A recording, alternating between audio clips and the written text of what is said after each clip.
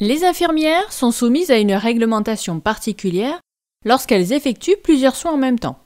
En effet, lorsqu'au cours d'une même séance, plusieurs actes sont effectués sur un même patient par le même praticien, l'acte le plus cher est facturé à taux plein, le deuxième acte sera lui facturé à 50%, demi-tarif, et les actes suivant le second seront effectués à titre gratuit. C'est ce que l'on appelle la règle de la demi-cotation, définie dans l'article 11b des dispositions générales de la NGAP, nomenclature générale des actes professionnels. Prenons un exemple d'un patient sur lequel je réalise un pansement lourd, ainsi qu'une prise de sang et une injection. Le pansement sera facturé à taux plein, la prise de sang sera facturée à moitié et l'injection ne sera pas facturée.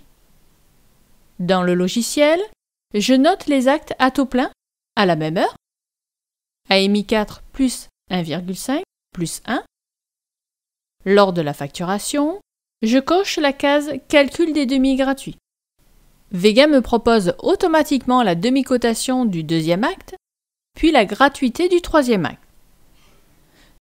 Cependant, il existe deux exceptions à cette règle où l'on n'applique pas ce principe de demi-cotation. Dérogation à l'article 11b des dispositions générales de la nomenclature. Les actes du groupe diabète peuvent se cumuler entre eux. Reportez-vous à la vidéo « J'ai un patient diabétique » pour en savoir plus. Les actes du groupe perfusion, les cotations des différents stades d'une perfusion se cumulent à taux plein. Dans Vega, je cote la pose d'une perfusion, AMI 3, le changement de flacon, AMI 2, et l'arrêt et le retrait du dispositif, AMI 1, ce qui fait AMI 3 plus 2 plus 1. Lors de la facturation, je réponds non quand Vega me pose la question de savoir si je veux demi-coter. Sur ma facture, les différents stades de la perfusion sont bien cotés à taux plein.